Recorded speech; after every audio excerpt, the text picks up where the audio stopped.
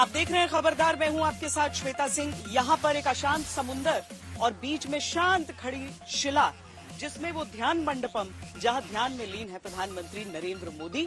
और पूरे देश में उसी तरह की राजनीतिक उथल पुथल हो रही है जैसे मानो ये अशांत समुद्र की लहरें हों।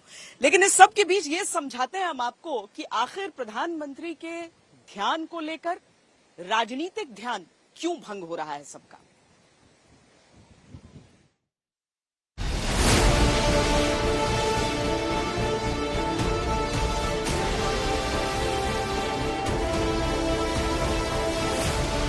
जब तक देश के विपक्षी दलों के नेता चुनाव प्रचार का शोर थमने के बाद की राजनीतिक प्लानिंग तय कर पाते, तब तक प्रधानमंत्री नरेंद्र मोदी हिंदुस्तान के सबसे दक्षिणी सिरे पर पहुंच चुके हैं। 30 मई की शाम 6 बजते प्रधानमंत्री मोदी अपने चुनावी पोशाक त्याग कर आराधना उपासना की वेशभूषा में नजर आने लगे। सफेद तमिल वेशभूषा में प्रधानमंत्री नंगे पांव चलकर मंदिर पहुंचे। 45 घंटों की ध्यान साधना शुरू करने से पहले प्रधानमंत्री मोदी भगवती अमान मंदिर पहुंचते हैं और देवी का दर्शन पूजन करते हैं। करीब 3000 वर्ष पुराने इस मंदिर में पहली बार भारत के कोई प्रधानमंत्री दर्शन पूजन करने पहुंचे हैं। इस पूजन के बाद पीएम मोदी तो अपनी ध्यान साधना के लिए चले गए, लेकिन राजनीति तेज हो जाती है। त्यांना कळून चुकलेलं आहे की आपण काही पुन्हा निवडून येत नाही आणि त्या प्रत्येक सभेतली त्यांची वक्तव्य जर पाहिली, त्या वक्तव्यातली विसंगती पाहिली, तर मला वाटते त्यांना थोडी विश्रांतीची आवश्यकता आहे। त्यांनी थोडंसं उपचार करून घेण्याची गरज आहे। म्हणजे त्यांचा बॅलन्स बिघडलेला असं दिसते। कांग्रेस भले पीएम मोदी की ध्यान भक्ति दर्शन पूजन को बिगड़े हुए बैलेंस की निशानी कह रही हो, लेकिन आखिरी चरण के मतदान से पहले कोलकाता और कन्याकुमारी का ये कनेक्शन जोड़ने वाला पीएम मोदी का कदम सियासी तौर पर एक सधी रणनीति के रूप में कहा जाता है, जिसमें एक तो बीजेपी का बंगाल कनेक्शन है और दूसरा बीजेपी के हिंदुत्व और सांस्कृतिक विचारधारा वाला रिश्ता।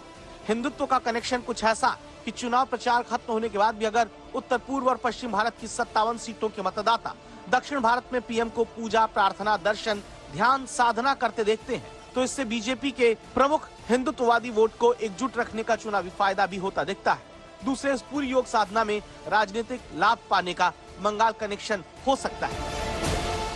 आखिरी चरण में जिन 57 सीटों पर मतदान है, उसमें पश्चिम बंगाल की वो 9 सीट है जहां 2019 में बीजेपी का खाता तक नहीं खुला था। ऐसे में अगर पीएम मोदी नव भारतवर्ष की उम्मीदों के सबसे बड़े सांस्कृतिक पुरोधा स्वामी विवेकानंद से जुड़े स्मारक पर दक्षिण भारत में साधना करते हैं, तो उसका सियासी नफा बंगाल में बीजेपी को मिल सकता है।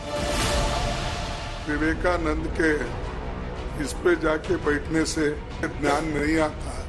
मोदी जी घुसा करके खूब फोटो खिंचवाएंगे और खूब प्रमोट करवाएंगे। कोई भी मेडिटेशन कहीं भी कर सकता है, लेकिन उसका इतना प्रचार नहीं होता है। कन्याकुमारी से निकल के गुजरात जाके आराम करेंगे, वो उनका समय हो गया, वो आराम करेंगे। ये आचार संहिता का बिल्कुल स्पष्ट उल्लंघन है और 4 तारीख के बाद तो परमानेंट मेडिटेशन होगा।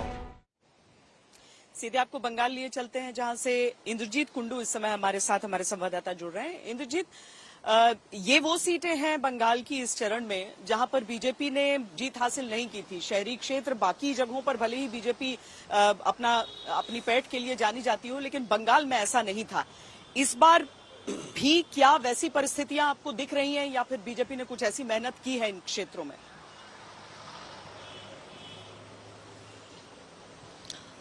बिल्कुल, 9 सीटें हैं जो कोलकाता और ग्रेटर कोलकाता क्षेत्र में है। इसे ममता बनर्जी या कह लीजिए तृणमूल का गढ़ माना जाता है।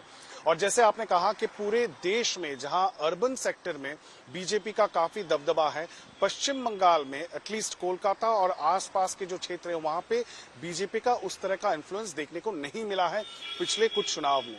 लेकिन बीजेपी इस वक्त प्रिंसिपल ऑपोजिशन पार्टी है पश्चिम बंगाल में और एक अपस्विंग में भी है, और यही कारण है कि प्रधानमंत्री पहली बार एक रोड शो किए हैं कोलकाता में कुछ दिन पहले, 2 दिन पहले। और जैसा कि स्वामी विवेकानंद का रेफरेंस लिया जा रहा है, वो अभी इस वक्त कन्याकुमारी में है, और जब वो कोलकाता में प्रचार कर रहे थे तब वो नेताजी सुभाष चंद्र बोस के स्टैचू से स्वामी विवेकानंद के जो घर है उत्तरी कोलकाता में, वहां तक उनकी जो रोड शो थी उसको डिजाइन किया गया था। और दोनों ही महर्षियों को उन्होंने सम्मान जताया नेताजी सुभाष चंद्र बोस, जिनकी बहुत गहरा कनेक्शन है पश्चिम बंगाल और बंगालियत के साथ, और उसके साथ साथ स्वामी विवेकानंद का भी। हालांकि ये तृणमूल का घर माना जा रहा है, लेकिन बीजेपी मशक्कत कर रही है इस बार, कहीं ना कहीं इस घर को तोड़ने की कोशिश हो रही है, और वो भी किसके भरोसे, वो भी ऐसे एक शख्स के भरोसे जो कुछ दिन पहले तृणमूल से बीजेपी ज्वाइन किया है। कोलकाता उत्तर का जो प्रेस्टीज फाइट है, वहां पे बीजेपी ने तापस रॉय को उतारा है, जो कुछ दिन पहले, कुछ महीने पहले तृणमूल कांग्रेस में हुआ करते थे, वेटरन लीडर हैं और राज्य के काफी महत्वपूर्ण पोर्टफोलियो भी उसका रहा है तृणमूल कांग्रेस पार्टी में। अब वो बीजेपी के उम्मीदवार हैं, और सुदीप बंदोपाध्याय जो इतने सालों से उत्तरी कोलकाता का जो सीट है वो जीतते आ रहे हैं, उनको टक्कर दे रहे हैं। कहीं ना कहीं पहली बार लग रहा है कि उत्तरी कोलकाता का ये चुनाव जो है वो कांटे की टक्कर हो सकती है, क्योंकि तृणमूल के अंदर में जो गुटबाजी है वो बाहर आती हुई दिख रहा है, और एक सेक्शन तृणमूल के अंदर ऐसे हैं जो नहीं चाहते कि सुदीप बंदोपाध्याय इस बार जीते। तो ये भी एक अजीब सा माहौल बन रखा है। हालांकि जो दूसरी सीट है, जैसे बशीरहाट का सीट आप मान लीजिए, जिसके अंदर संदेश खाली आता है, उस संदेश खाली को लेके बीजेपी ने तगड़ा प्रचार किया पूरे इस चुनाव में, और महिलाओं की सुरक्षा को एक मसला बना के पूरे राज्य में इसकी कैंपेन की गई। हालांकि संदेश खाली का बीजेपी को लगा कि इसका चुनावी फायदा पूरे राज्य में मिल सकता है, लेकिन अगर आप बशीरहाट की सीट को देखें तो उसमें भारी मतों से तृणमूल कांग्रेस की जीत हुई थी, क्योंकि ये ऐसा एक सीट है जहां पे मुस्लिम वोट मेजॉरिटी पर है। तो ये भी देखने वाली चीज होगी कि संदेश खाली का होते हुए भी क्या बशीरहाट सीट बीजेपी जीत पाएगा, या तृणमूल के पास ही वो सीट रह जाएगा। और बाकी जितने भी सीट है, जैसे कि जादवपुर हो या दमदम हो, बारासात हो या दक्षिण कोलकाता हो, इन सब सीटों में इस बार सबसे बड़ी सही बात है, आप जो कह रहे हैं संदेश खाली एक छोटा सा इलाका उसका, और उसमें जब हम बंगाल को लेकर प्रधानमंत्री नरेंद्र मोदी का ये दावा देखते हैं, जहां वो कहते हैं कि सबसे बड़ा योगदान, सबसे बड़ी जीत बंगाल की में ही होगी, भारतीय जनता पार्टी की, तो ऐसे में उनका वो कॉन्फिडेंस अगर दिखता है तो वो केवल एक राजनीतिक दावा देखें इंद्र, या फिर हम ये समझें कि अपनी सारी कमियों को समझते हुए, जैसे अभी देखिए ना कि तमिलनाडु में तो चुनाव कब के खत्म हो गए, लेकिन आज अगर कन्याकुमारी से आकर देश के बाकी हिस्सों में संदेश दिया जाता है, या गृह मंत्री तमिलनाडु आते हैं 7वें चरण से पहले प्रार्थना के लिए, दर्शन पूजन के लिए, तो यह दिखाता है कि वो इस चुनाव के साथ अपने कैंपेन का अंत नहीं मान रहे। वही चीज बंगाल में भी नजर आए कि पिछली बार जितनी जीत हुई, आने वाले चुनावों की ओर फिर देखने लगी बीजेपी। बिल्कुल बिल्कुल, बीजेपी, अमित शाह और प्रधानमंत्री नरेंद्र मोदी वो किसी एक चुनाव को देख के अपना प्रचार को सीमित नहीं रखते। ये सिर्फ एक चुनाव की बात नहीं है, ये पश्चिम बंगाल में बीजेपी और बीजेपी की ग्रोथ की बात है। और यही कारण है कि जहां एक और आइडियोलॉजी है, वहीं दूसरी ओर अगर पिछले चुनाव में 2021 के विधानसभा चुनाव में अगर अमित शाह 200 सीटों की टारगेट नहीं देते, या बीजेपी चुनावी मैदान पे 200 सीट लाएगी ये कहते हुए नहीं उतारती, तो शायद उनको 77 सीट भी नहीं मिलता। तो यही कारण है कि 30-35 का जो आंकड़ा रखा गया है लोगों के सामने, ये एक साइकोलॉजिकल वॉर है। बीजेपी कहीं ना कहीं अपना, बीजेपी जानती है कि उनका जो कार्डर बेस है या जो ऑर्गेनाइजेशन है वो तृणमूल कांग्रेस जैसा शक्तिशाली पश्चिम बंगाल में नहीं है। और यही कारण है कि इस चुनाव को अगर हम बहुत सिंपल तरीके से देखें तो पश्चिम बंगाल का चुनाव बीजेपी का नैरेटिव या एक हाइप जो बीजेपी माहौल जो है वो उसका वर्सेस तृणमूल कांग्रेस के जो ग्रासरूट ऑर्गेनाइजेशन है, इन दोनों के बीच में है। और जो एक्स फैक्टर मैं कह रहा था, इस बार के चुनाव में पंचायत चुनाव जो पिछले साल हुआ, वहां पे देखने को मिला है कि स्लाइड थोड़ा सा इजाफा वाम वोट में हुआ है। क्या वाम वोट जो सीधा सीधा राम में जा रहा था, बीजेपी में जा रहा था, कहीं इस बार के चुनाव में वामपंथी दल उनको ये लग रहा है और एक माहौल भी बना है कि कहीं ना कहीं कुछ सीटों में वो तगड़ा फाइट देंगे। हालांकि उन्हें सीट ना मिले, लेकिन वो जो वोट शेयर है वाम का, वो थोड़ा बढ़ाने में वो कामयाब रहेंगे। अगर वो होता है तो ममता बनर्जी के लिए एक फायदेमंद हो सकता है, क्योंकि बाइपोलर कॉन्टेस्ट से अगर ये त्रिकोणीय कॉन्टेस्ट हो जाता है तो एंटी ममता या एंटी तृणमूल जो वोट है वो स्प्लिट होने से तृणमूल कांग्रेस को लाभ और बीजेपी को नुकसान हो सकता है।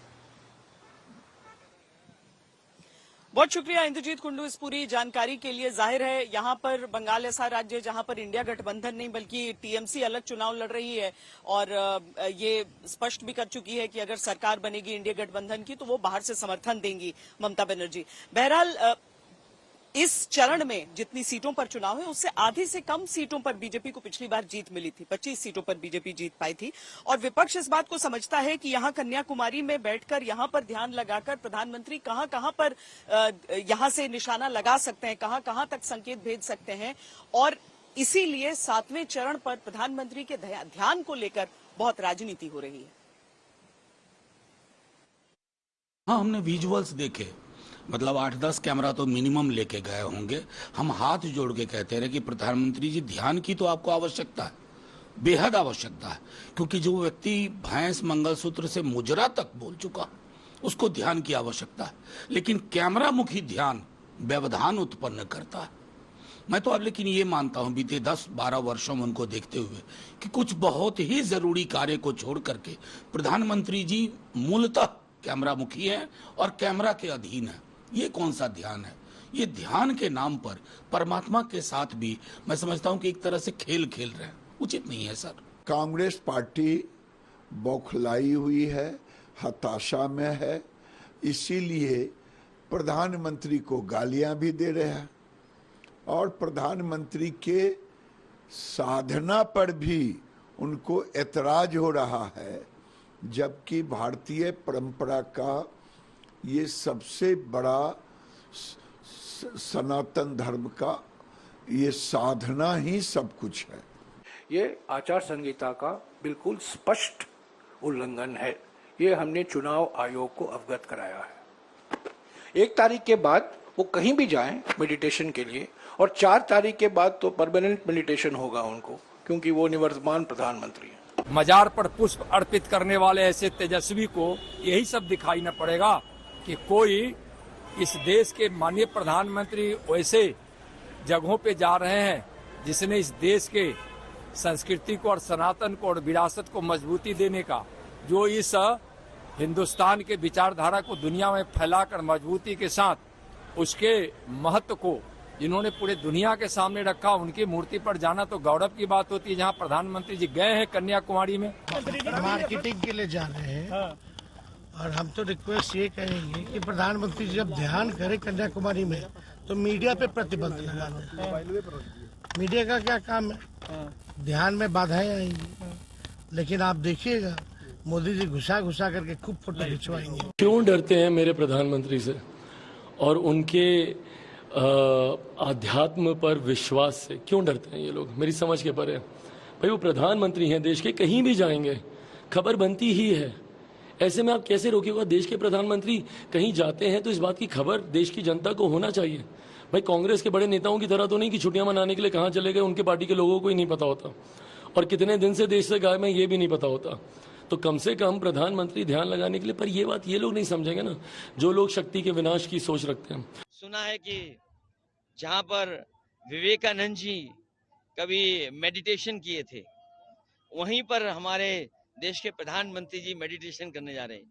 ये मेडिटेशन की जरूरत तो पहले थी, 5 साल पहले या 7 साल पहले, जब आपको देश के लिए काम करना था। अरे 10 साल के बाद तो आपको फुर्सत ही फुर्सत है, आप जितना चाहोगे उतनी मेडिटेशन कर लोगे। और दूसरा, वहां तो भारत की सीमा खत्म हो जाती है, उसके बाद तो आगे पानी पानी है, पता नहीं कहाँ चले जाएंगे उसके आगे।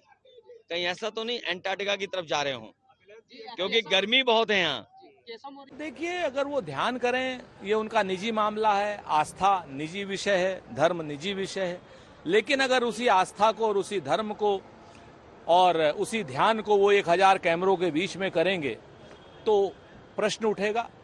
लोग कहेंगे कि कहीं ना कहीं चुनाव को प्रभावित करने का तरीका है और हम लोग चुनाव आयोग इसीलिए गए हैं। वो निजी रूप से कुछ भी करें, लेकिन 1000 कैमरों के सामने करेंगे, मीडिया के सामने करेंगे और मीडिया अगर उनको दिखाएगा तो निश्चित तौर पर हम प्रश्न उठाएंगे।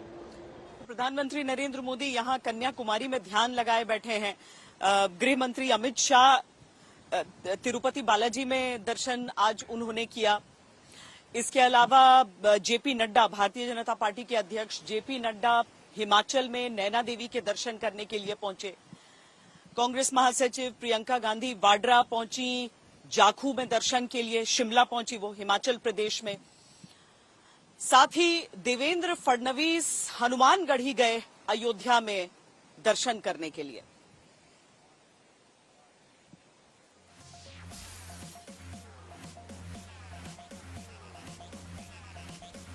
खबरदार में अभी के लिए इतना ही। देश और दुनिया की बाकी खबरों के लिए आप देखते रहिए आज तक।